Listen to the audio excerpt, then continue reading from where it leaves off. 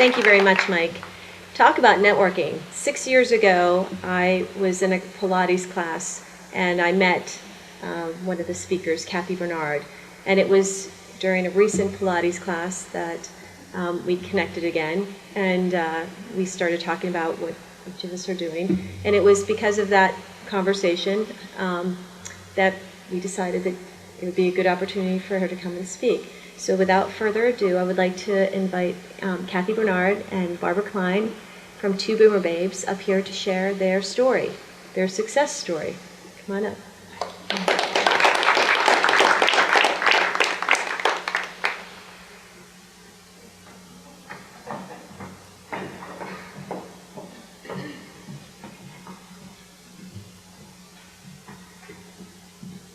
This is fun being in this beautiful room. It sure is. Okay, we have to share Kathy's comment to Mike. We should have taken your class first. Yes. I think we could have avoided a lot of bumps along the way had we signed up. Oh well, but that's entrepreneurial. We are always a day late and a dollar short. But that's how it goes. Sort of our mantra. Well, we want to thank you so much for joining us today, and we are delighted to be here amongst you students, esteemed teachers at Chesapeake College, and we just have a feeling that we Boomer Babes might learn a thing or three from you guys. So have you all ever had a wild or crazy thought? An idea, perhaps something that you think, you know what? This just might be the big one. Or just what we like to call a harebrained idea? Well, think about it. We usually get these in the middle of the night. It's usually around 3 or 3:30 in the morning. You know, we kind of wake up, both of us will chit-chat about it the next day and be like, wow, this would be fantastic. Oh my gosh. Go back to sleep, you wake up, and then you realize what you thought of at 3:30 in the morning was like, horrible. What a horrible idea. And thank God we didn't go that way. And I haven't even told you about the horrible idea I had last night, but that's later. Okay, so what Kathy and I want to share with you today is our wild and crazy journey in the radio business. How we became almost accidental entrepreneurs, starting something out of nothing except what we thought was kind of a brilliant idea stemming from our own life experiences at the time. And it wasn't even in the middle of the night. How do you like that one? Can you imagine? So we want to just take you on a little bit of our ride. Barbara and I are very dear longtime friends with very different professional backgrounds actually. But we really are living proof that a germ of an idea can take you on a wild ride and lead you to very unexpected but most exciting places. And funny enough, and I think this is really true of other entrepreneurs, we're still on that wild ride. And in a year or two, we just might be headed in another direction as our show really continues to morph. And you just never know. And that's really the joy of being an entrepreneur. So if you'll bear with us, here's our abbreviated version of our wild ride with some of the twists, the turns, the detours, and the flat tires that we've learned along the way. You know that old adage, be careful what you wish for? Have you ever heard that one? Well, we'd like to take you back up 20 years. Both of our families had been posted overseas, and we each returned back to the United States with 2 precious little girls in tow.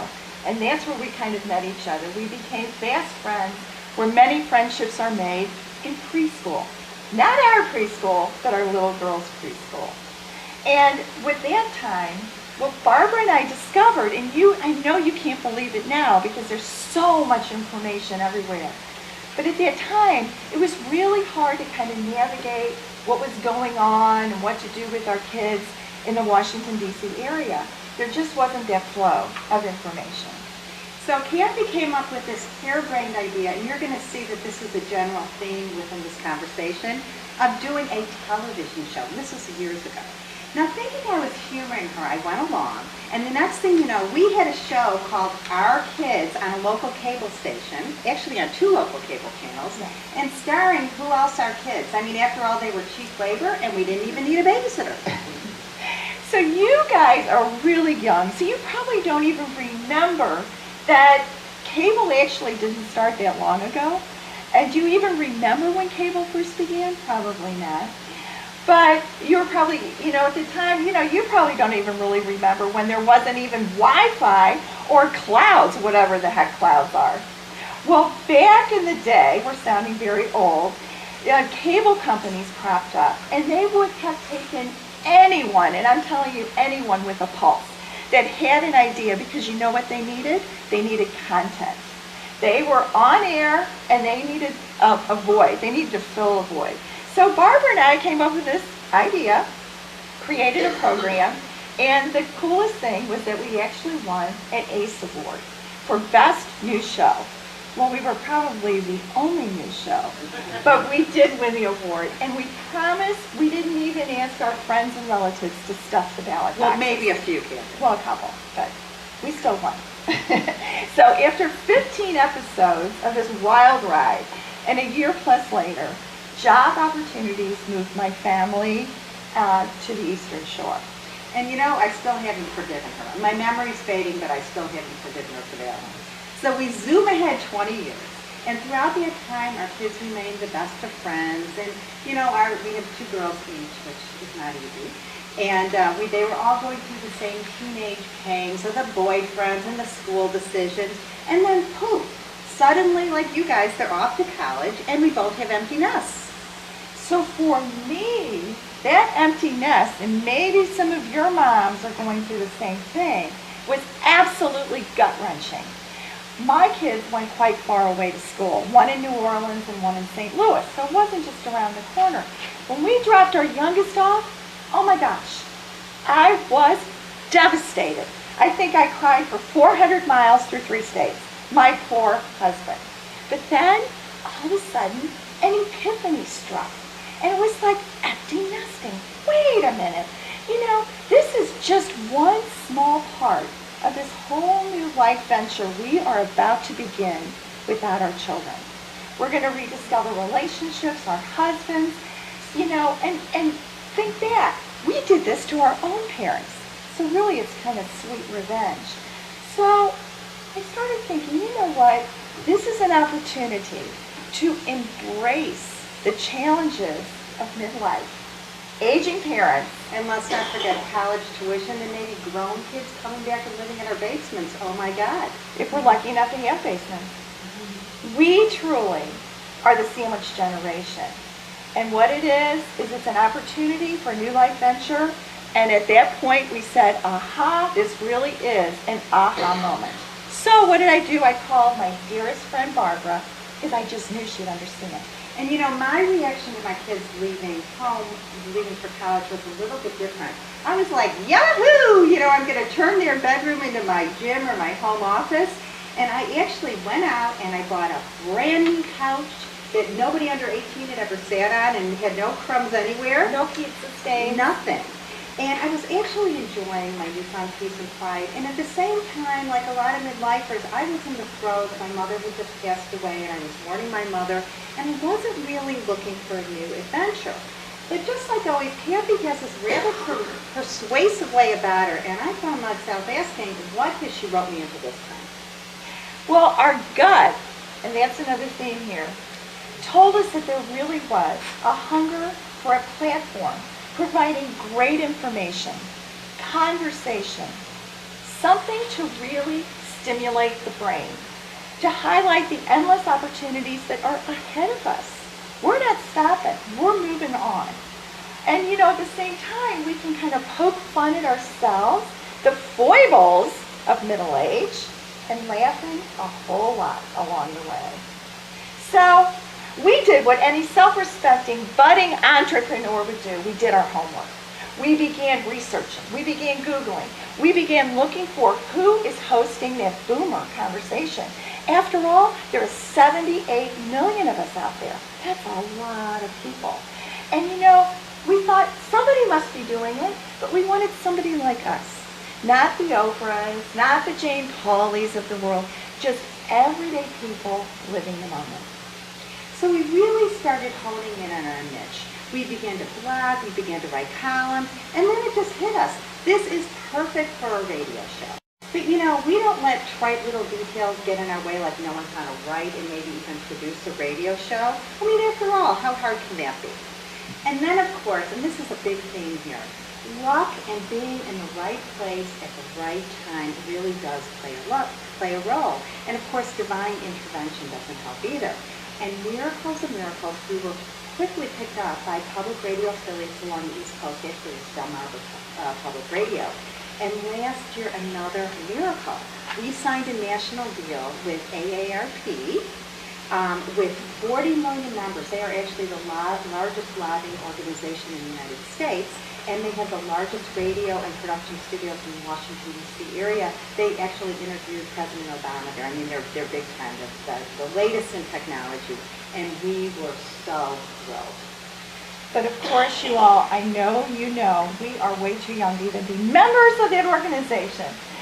But they came on board as not only the producer of our show, so it's really top-notch talent that could really help perk us up a bit, but they came on board as a major sponsor, which was really huge. In addition to NPR affiliates, we're now nationally syndicated on Sirius XM, major cable networks, apps galore like iHeart, iTunes, Stitcher, and many more that we don't even pretend to understand. And then we're told that actually our show now reaches over 40 million households, and we hope they didn't add an extra zero by mistake, but we'll never tell. So we babes make it our mission to talk about real life issues facing our target audience, those in midlife, the good, the bad, the ugly, and the funny. The feedback we receive from our listeners has been critical to our growth. And together with our sponsors, they are our customers, the lifeblood of our show and our business. And quite honestly, we've actually been shocked by the response. This idea has morphed in ways that we could never have predicted. And that's kind of the lesson that we learned. We discovered that to be successful, entrepreneurs need to constantly bend and flex. And as luck would have it again, and much luck goes into it, we've won the coveted Associated Press Award for Outstanding Talk Show for the last 3 years. Recently, USA Today named our website, twoboomerbabes.com, a top boomer website. It actually crashed our website after that was published. And the show was named nationally one of the top 5 media offerings for boomers, and get this, right next to Jane Pauley. Okay, and we're almost done bragging, but to top it off, have you ever heard of Emmys, Grammys, or Oscars? Anybody? Well, we just won a Gracie Award, which is an award by women in the media, and it's a pretty big deal, we thought. And we can't wait to hold that little babe, it's an actual statue, a golden statue of a woman, in our hot little hands, and I guess, Kathy, we're going to have to share custody on the We're going to weekends. share. Yeah, but she'll like my house because I'm going to take her sailing on the weekends. But seriously, we'd like to let you in on a little secret. We had an idea. We developed a business plan. We created financials. We pitched a concept. We landed a station and our very first major sponsor. Barbara and I saw an opportunity, and we just went with it. From day one, we have organically grown our business through our own sweat equity, sales of sponsorships, and without $1 of debt. So we stand before you as a living, although slightly exhausted testament that age is no barrier. You're never too old to become an entrepreneur and follow your passion, but with a plan. So while at this moment in time, you may think that accounting or marketing or perhaps public relations or writing, that may really be your thing, and maybe it will be. But you also might get into it and think, you know what? This isn't really what I want to do. So you may have to kind of, go with the flow and figure it out.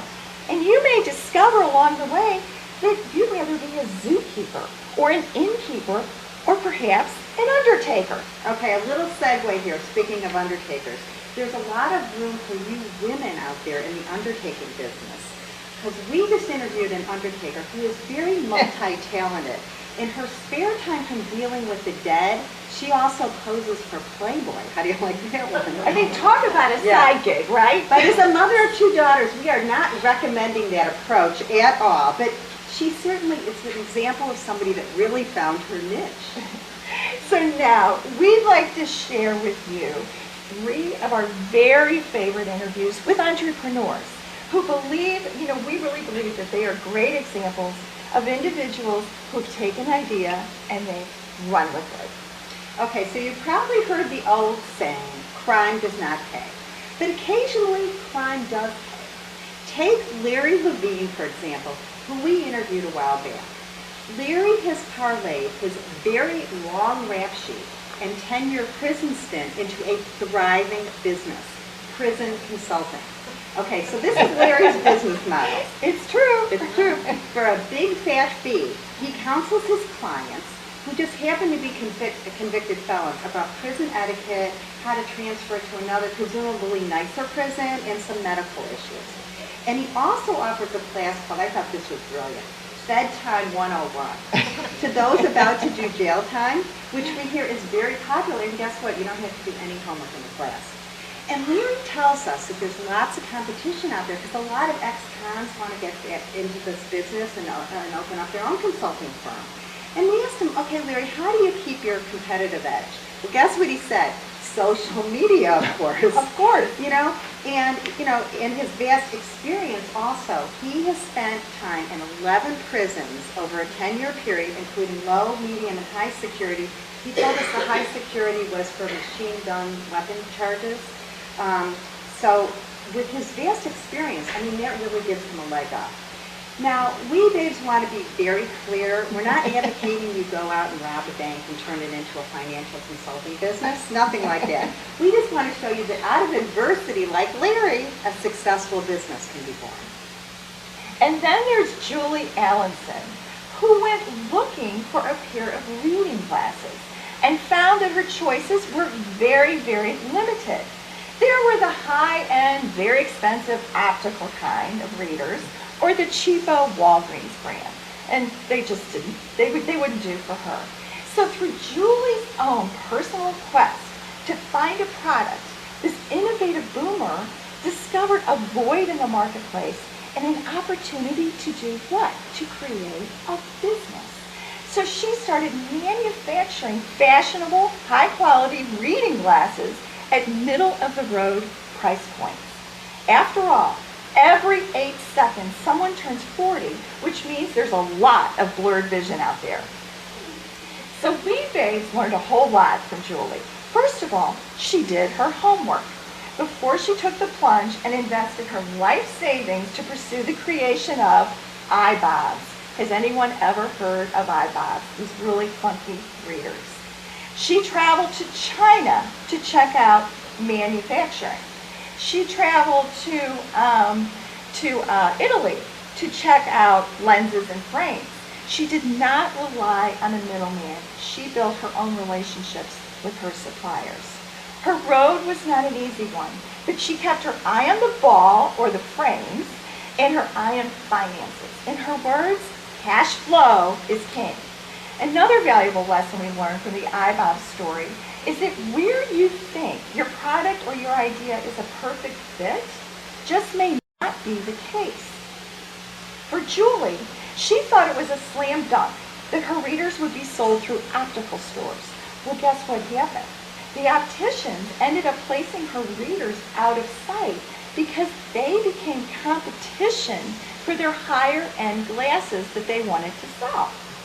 But as luck would have it, Julie knew a guy who owned a men's clothing store, and he took on her line and quickly sold out.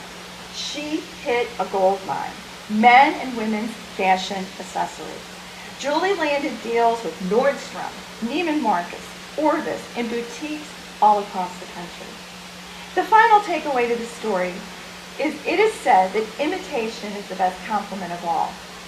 But with all of iBob's success, copycats, i.e. cheaper versions, began to crop up everywhere. So Julie had to create demand for her brand, the real thing, to keep her competitive advantage. What did she do? She added value to her product. Exclusive iBob glass cases with every pair. It worked. And now, 14 years later, she's an immensely successful, inspiring, and wealthy entrepreneur. So another of our all-time favorite interviews was with a guy named Brian Johnson, an all-around fabulous guy whose day job is records manager in Washington, D.C.'s District Federal Court. But by night, he's the personal trainer to Supreme Court Justices Ruth Bader Ginsburg and Elena Kagan. But if you ever wonder why they look so good, it's because of this guy. So how on earth did this guy get this gig? Okay, well, Brian was always into fitness, and he had done a very long stint in the military before coming to the court. And he began to train a few of his colleagues, did a wonderful job, and they started looking pretty buff. Word got around, and then he got the call from the Supreme Court. He had hit pay dirt. And we asked Brian if it's intimidating to train these, Supreme Court justices. I mean, after all, they're used to telling other people what to do. But Brian said it's all equal in the gym, and the Supreme sweat just like the rest of us. And Kathy and I were dying to know if Ruth Bader Ginsburg and Elena Kagan, we sort of couldn't imagine it, but did they wear sneakers and sweats, or did they wear spandex? And he let us know that a little spandex was involved, and we thought good for them. And word spread very quickly, and Brian's success with the Supremes has led to lots of other clients. So the bottom line is, Brian took a passion, he found a niche, and with a combination of really being in the right place at the right time, a very winning personality, and drive, he's now realizing his dream of a very successful full-time training business. So we've talked your ear off for sure, and it's time to close. But we'd like to leave you with one final thought. Although you might not always think it, the world really is your oyster, and there are endless opportunities out there for the taking. You just have to have the drive, the passion, and the guts to go grab them.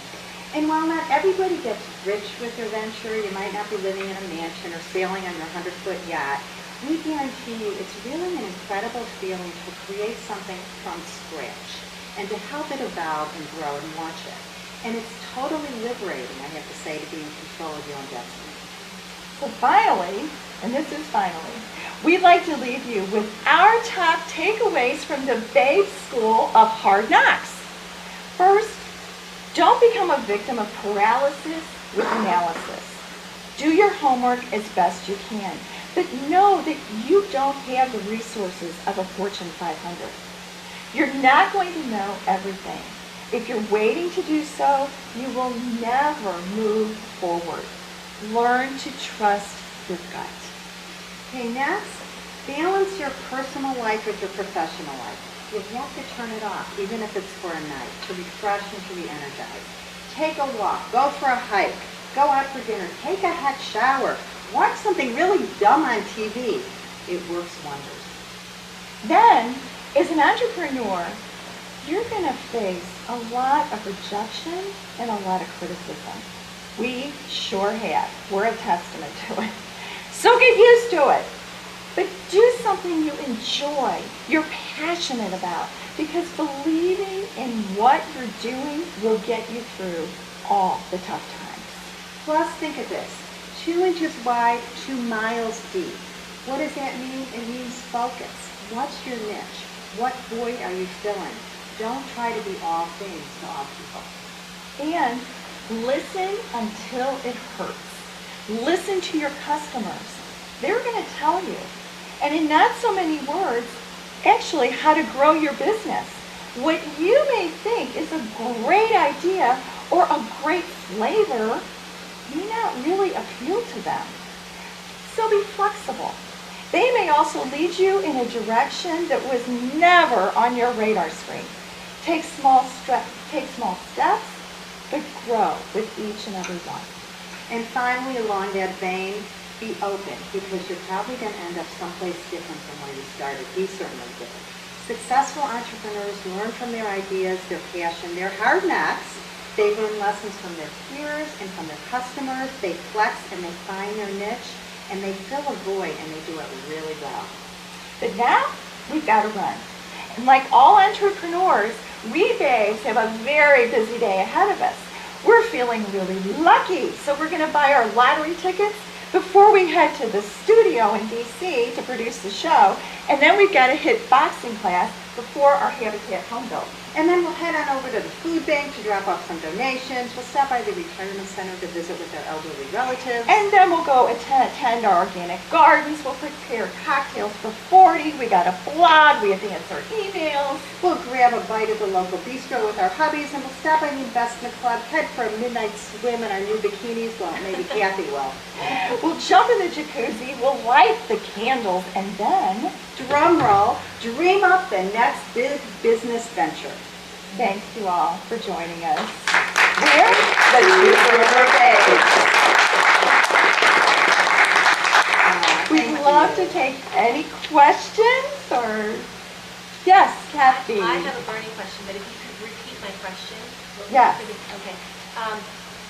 I don't understand the radio business. And so we've got a communications class, and here, I can't even conceive the idea of how you would thought your show would be taken. And you started, I guess, at WCO. And how did that whole thing work? If you could explain that to me. How you became that regional, then national, and how does that work?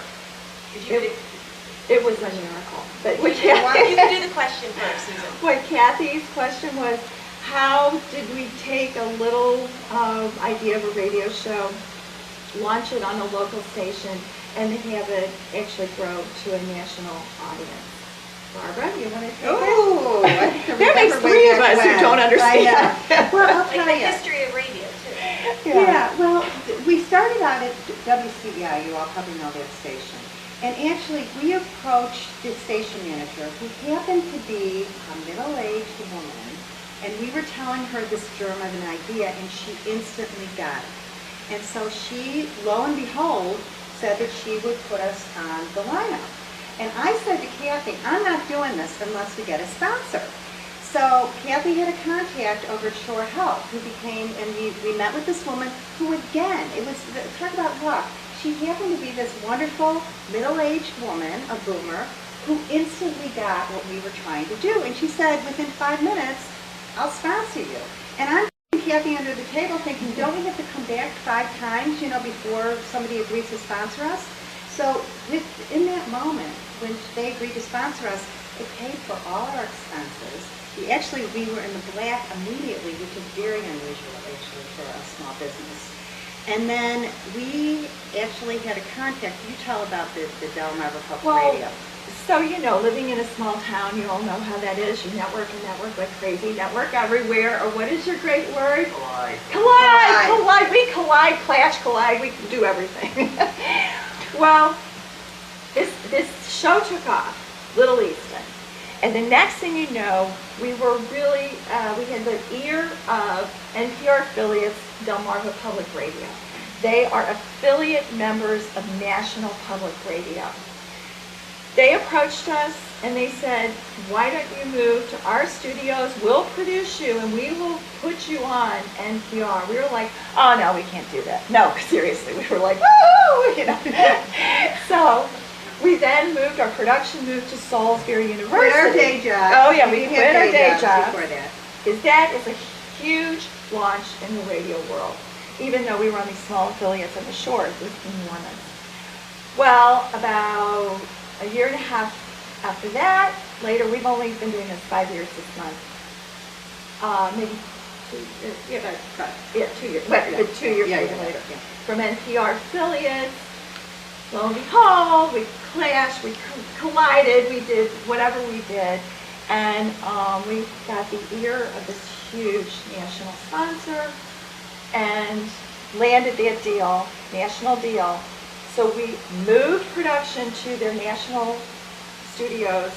They are a production facility. They are not a distribution facility. But our national contract is that they are the producers of our program and they're the distributors of our program. So we are now in distributions via NPR, Sirius XM, CRN Network, iHeartRadio, Stitchers, iTunes, I don't know, a million other things. Bottom line is we're now reaching 40 million households. So production is sort of one element, distribution is another. They're two different businesses that work together. And another, I don't want to involve with other questions, but the other thing is, so now your initial audience, you were targeting the AARP audience. No, we never thought we were old enough to target. So, Yeah. No, No, like no, no, 45 plus. I'm No, just our kidding. idea was to appeal to the younger end of the AARP membership. You have to be 50 and over. But our idea is, when you looked at the old AARP, I don't know if any of you know this, but they were really sort of appealing to more of the 70s, 65, sort of the older, you know, what you're going to do in retirement. But now they realize 50, 60, 70-year-olds aren't going to go off into the sunset and go to Florida and play golf all day. They want to reinvent themselves. They might want a second career. They might want to go find these fabulous volunteer opportunities. They're not just going to sit back. So they're trying to make themselves, they're reinventing themselves actually. So what are some of the topics that you discuss? What we discuss everything from, as we said, empty nesting to finance To health, to sex. Like the recent health one that you did. You did a long series. Oh, the Alzheimer's. wow, Yeah. okay. Oh, okay. So we recently, a lot of what we do is things that we're interested in and we believe our listeners, and we get tons of feedback. We get great emails constantly kind of flowing in, so we know we're on a good path. Living the moment, Barbara's dear wonderful father had Alzheimer's disease. And we realized this crazy life we were leading because we're in production in Washington. We go into these gleaming third-floor studios. You just can't imagine what they look like. They're so cool. I wish you all could come and take a field trip and take a tour. It's just awesome. And we would go from the third floor of this experience to the third floor of Sunrise Assisted Living, where her dad was a patient, was a resident. And we would look at each other, we'd bring our laptops, and we'd be working on our show, and all these different Alzheimer's residents would be sort of sitting with us and helping us navigate what we were going to do the following week. But we realized there was a bigger story to tell. So we pitched it and launched an 8-part series, and it's called Beyond the Face of Alzheimer's, and it captures very different scenarios and stories of the people who are afflicted and the people who are behind them picking up the pieces. And that's what we recently won this Gracie Award for, which is just a huge major deal. So, But that's an example of we did what we knew. We did what we were experiencing and going through. And that's the reason that we really came up with this idea. From every segment that we do, basically, is sort of from our own experience or what our audience is telling us that they're going through. So it's not being made up out of thin air. It's really from what we're experiencing. yes. Okay, like times where I'm pretty sure when an average human being starts to get down on themselves once you get like so many like rejections and stuff, I'm like, what motivates you guys like to push it? Like this is one point. Can you repeat the question?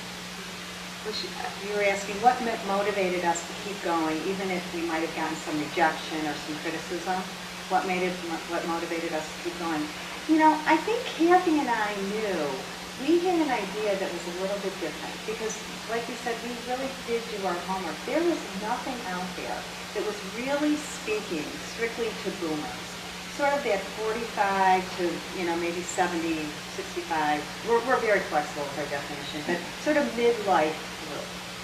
So we really were convinced that we were onto something here. And,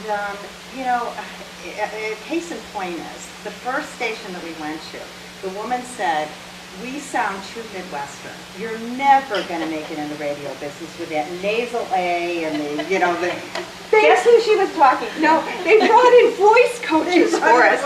It got worse. Yeah, it made it totally The more worse. they had us practicing, the worse it got. And we thought, you know what, we're not trying to be, like Kathy said, like a Jane Paul. We are who we are. We're kind of like the everyday person living the moment. We're not movie stars, clearly. We're not, starlets. So we were really convinced that there was a void. I mean, there really was a need for somebody like us to sort of spread the word about these issues. And I think to further answer your question about how you can really get down in the dumps for sure, because it's hard to take rejection, it's hard to take criticism. I think it helps that we are together, and it also helps, you've got to surround yourself. If it's one person or two people, if it's a mentor, if it's your best friend, if it's your spouse, if it's your brother, your sister, if it's someone who you can bounce things off of, because you need that outlet. So we've had each other, we've had our spouses, we've had our families, and so when things like that happen, it ends up turning into a lot of laughter, because like the whole voice coaching thing, we absolutely love. Right. We also had a man, when we first started this, that told us nobody wants to listen to middle-aged women. The demographic now is for the 18 to 24-year-olds. Nobody wants to sponsor that demographic. But guess what? We did our homework again, and it's our age group that really has we make the buying decisions. And who has the deep pockets? Anybody can answer that? Boomers. Relatively speaking. 8 million people with the money in their pockets. So in terms of appealing to advertisers, a show that would appeal to boomers, the advertisers is very appealing to them, because they want to reach their demographic. So my message is you got to listen to people, but you also got to be stubborn too. And Kathy knows this a lot from working with me. I mean, you just got to go with your gut too. Yes. What was the hardest obstacle you've had to overcome in the past 5 years? Say the question. What was the hardest obstacle we've had to overcome over the last 5 years? Wow, there's been so many. Which one do we put first? Let's see. I think it's kind of the distribution versus the sponsorship, because you have to have a distribution you have to show them the numbers in order to get sponsors, and sometimes you have to have sponsors in order to get a broader distribution of the show. So it's kind of balancing that. And sometimes we've been ahead, sometimes we've been a little bit behind, but I think on average we've been able to even it out. But that's really what makes the show, move forward, is that balance of distribution and sponsorship. Yeah. Yes. And how will we be able to listen to your show? Where will we find it? Is it on FM, AM? Well, if you guys are so mobile with your apps, do you have iHeart on you can just go to Boomer Babes, the number 2 Boomer Babes on iHeartRadio is probably the easiest. Go to our website, to boomerbabes.com. We are on Sirius XM. I was actually listening to us when I was driving up to the college. I had Sirius on. I'm like, gosh, that sounds so familiar. I think we did that same interview. And then I realized it was us, which is always great fun. And we're also on 890.7 and 89.5 here on the shore, NPR on Saturdays. right in iTunes. iTunes, yeah. That's a big There's lots of ways. Thank you. I hope you tune in. You might be one of the youngest listening members of our audience. That's good. That'd be fabulous. We'll put you on our website. We're expanding our reach. How old are you? 24. He just Perfect. asked if he could like you on Facebook. So- Please yes. do. And tweet us. Yes, and we tweet. Twitter with Oh, us, we too. tweet. And 2 Boomer Babes. And it's 2 Boomer Babes with an exclamation point. And that's another story. So. Oh, we are. We are. No, don't ask us what that means. Yeah, we do. Thank you. Please do. Did you? Yes. How, with all social media, how do you choose your topics? And also, has there been influence since you went from local to national by either a larger audience or sponsors or companies? How do we find our topics? And has it been influenced moving from a local regional area to a national area or influenced by advertisers? Great question. Well, I can tell you what we stay away from. The one thing we do try to stay away from is politics and religion. That's the one thing we do. But everything else is really fair game. And, you know, we read a lot. We develop relationships now with lots of publicists, and they send us the latest, you know, books. And believe me, we have stacks Oh my and gosh. stacks and stacks. We full. actually donate a lot of books to Chesapeake College. Yeah, oh my goodness. Stacks and stacks. But, you know, we have a comment line, so we get feedback from listeners that, oh, I just, you know, heard of this person, or I'd like to hear about this. And it's also what we're going through. For, you know, example, Kathy's daughter recently got married, so guess what we did? We did a show about becoming an in-law, which was really lots of fun. And how to be a good in-law. Yeah. You know, I want my son-in-law to really love me. And how not to be a bad in-law. Right. But I have to tell you, from day one, our husbands have been unbelievable resources. I mean, our family, everybody reads the New York Times, the Wall Street Journal, I mean, the financial, I mean, anything we can get our hands on, we read to find the latest trends, the topics, things that people are really interested in. So, And our kids, too, and our kids who are your age. who are They send us 24-somethings, topics all the kids, time. constantly. My daughter sent me one about a sex therapist. So, you know, hey. Do you think she's telling her something? I'm not sure. But we love listener input. If you have any ideas, please. We really appreciate it. And we always try to respond to every comment personally. Oh, I know, I'm sorry. We did not answer one question where you said if we're influenced by moving from regionally to nationally. A little bit, yes, because since the show is now a more global scope, certainly more national, we have to make it not seem so local. However, we've tried to twist that because after all, this is where we were born and bred, and we love the shore. And there's so many interesting topics and people and jobs and opportunities. So what we try to do is take those and just turn the story into a story that will have appeal on a broader level. And we're not really influenced at all by our advertisers. We own the show, we own the trademark, we own the content.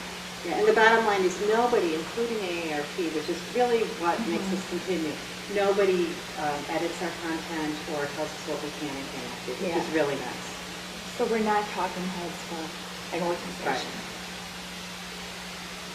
So how does the sponsor work? They you just advertise them on the show and they'll just do money like monthly or?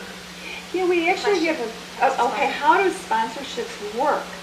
We actually have, we sort of have a different sort of business models here going. So we have our website, and on our website there are advertisers. So they actually come on board to, you know, they pay to have a spot on our site.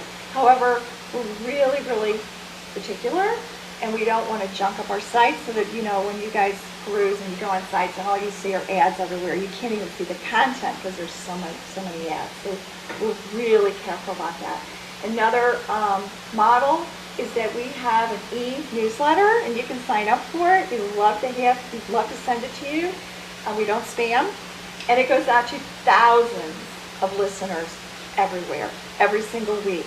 And it's brand new content. It'll give you a heads up on who's on the show, what it's about, links to their latest best-selling book or to their site or whatever it happens to be. And that goes out. That's another venue for advertisers. And then there's the national. Yeah. Well, also depending on the deal we get with the sponsor, they get a mention at the top and the bottom of the hour, and then they get like a 19-second spot within the show. And that's nationally or regionally, depending on if they're a regional sponsor or a national sponsor. So we sort of have our own deals with each sponsor, and depending on the amount of money that they pay us. Do you have a question? Yeah. Do you have any long-term or short-term goals, like maybe possibly owning another station or doing another show? He asked if we had any long-term goals to possibly own another station or another show. Well, our long-term goal is to really expand our distribution, to be on as many stations as we possibly can. So, you know, there's National Public Radio, and National Public Radio has hundreds and hundreds of stations. We are on some NPR affiliates, but we would like to really expand our reach within the NPR, a broader reach within the NPR.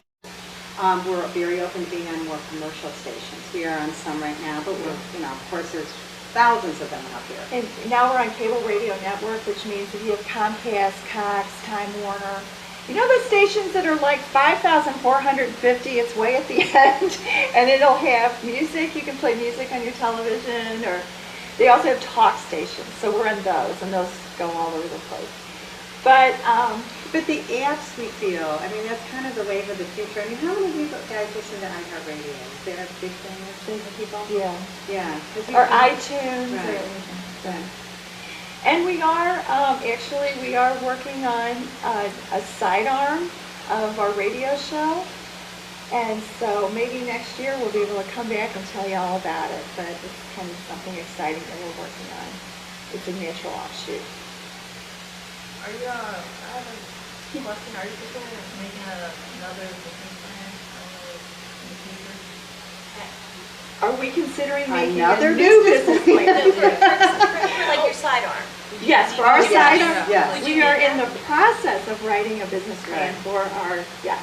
And we have We learned are. from our experience with this business, actually, that you really do need to have a very specific business plan. Yeah.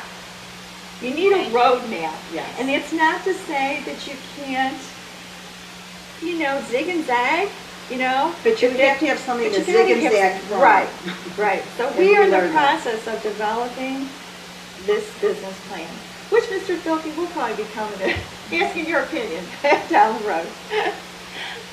Yes. Yeah. I understand the sponsors and stuff, but how do you make money? Where does your income come from? Do the sponsors pay your airtime?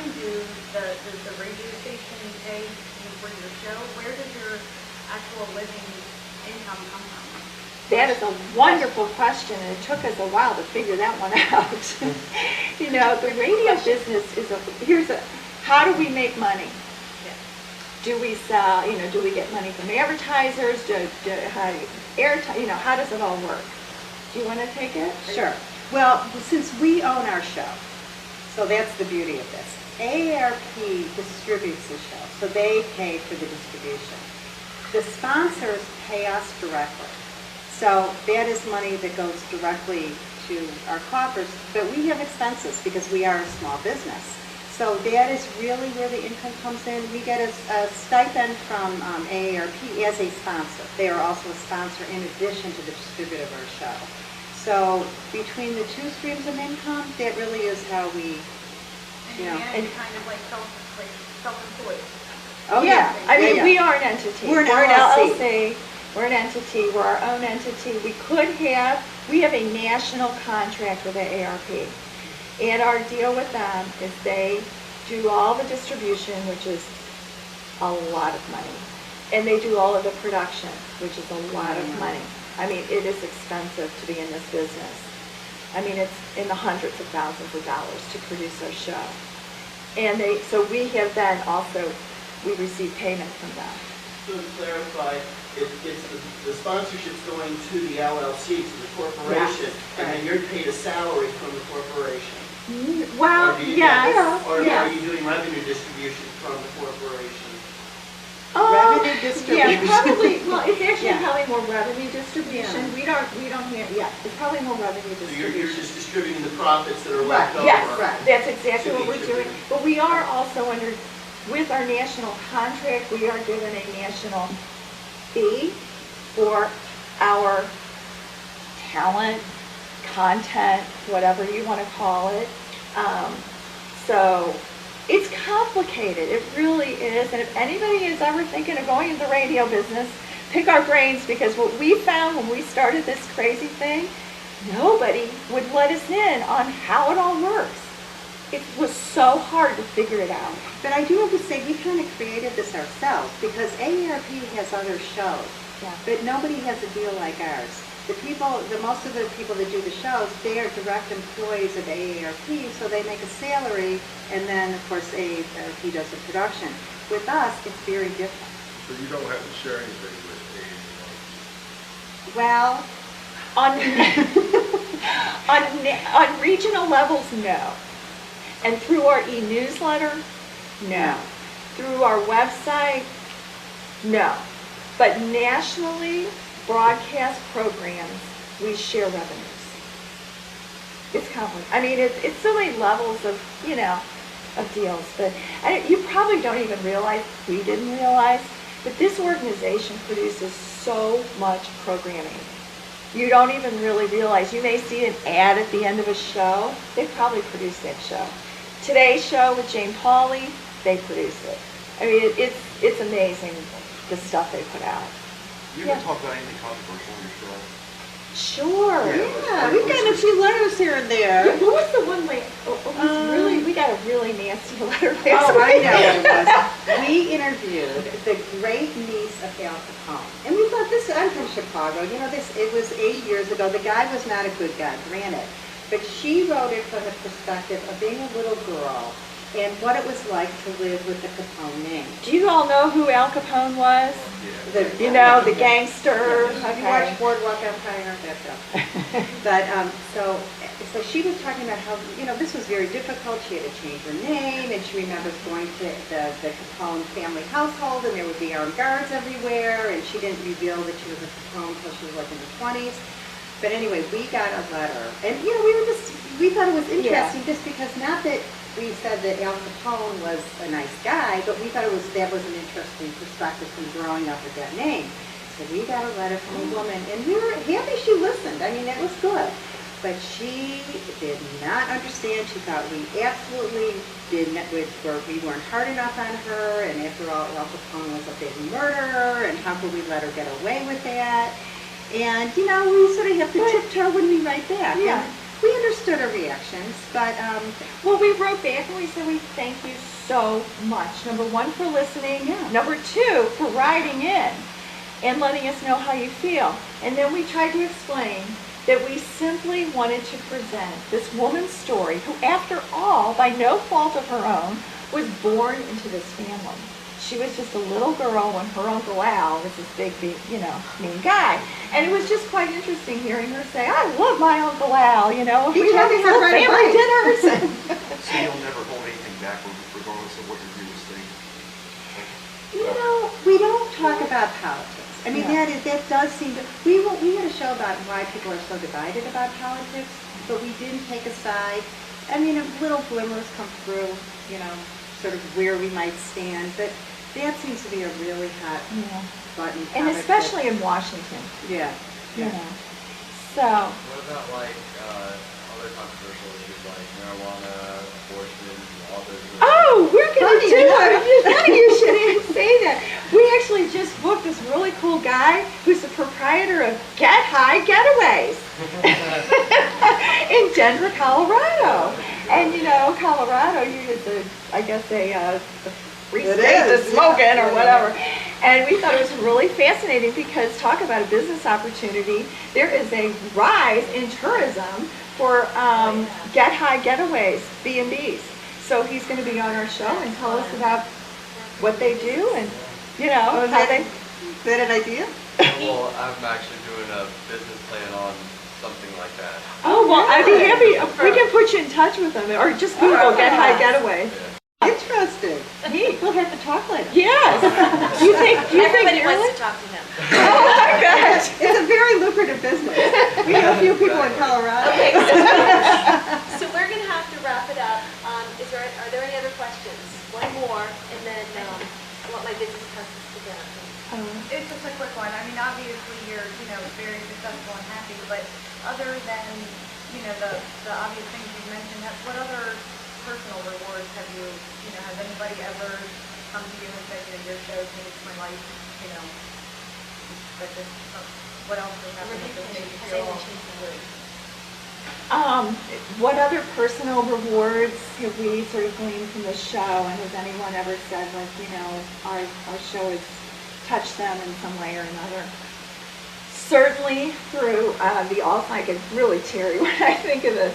The Alzheimer's segment, it really, really, really hit a lot of people. It was probably the hardest thing we've ever had to do because it was so deeply personal. I don't know. Well, I'll make a real quick story. Kathy and I were at the when we were taking out of Salisbury, and Kathy's car wouldn't start. So we called the Salisbury police to come dump the car. So this big burly policeman drives up, and he said, oh, you know, here I have these jumper cables, and Kathy told him finally where the battery was. I didn't even know where the battery was. Who puts a battery in a back seat? I mean, really. underneath the Just seat. leave the car for Oh my 15 years God. or whatever. I never knew to find the battery. So the guy jumps the car, and we happen to be interviewing the Farmer's Almanac. So I said, okay, for your trouble, you know, we just had this little radio show, and we just interviewed the Farmer's Almanac guy. We'll give you a Farmer's Almanac. And he looks at us and he goes, you're not the Chew Boomer Babes, are you? And I was like, oh my God, are we going to be arrested? And I said, yes, we are. And he said, all the guys at the station listen to you every Saturday morning. They love you. And that's what we thought. He gave us this huge hug. And, you know, we thought, you know what? This was definitely, we didn't think our audience or our niche. And he said the guys get such a kick out of listening to you guys every Saturday morning, and they loved your topics. And they really, you know, they learned a lot from us. It was very So that cool. was the ultimate compliment. I mean, that's the kind of thing that every once in a while you get this. This is why we're doing that kind of moment. And we do get that feedback. It's really neat. You know, people blog about it, or they post something on their sites, the retweets, or whatever. It's very cool. Coolest thing for me is working hand in glove with my best friend. We laugh. We'll be sitting on our lounge chair in Miami Beach when we're 92 and laughing. If Can we you remember. believe we did that? Thank you so much. Thank you all. Thank you.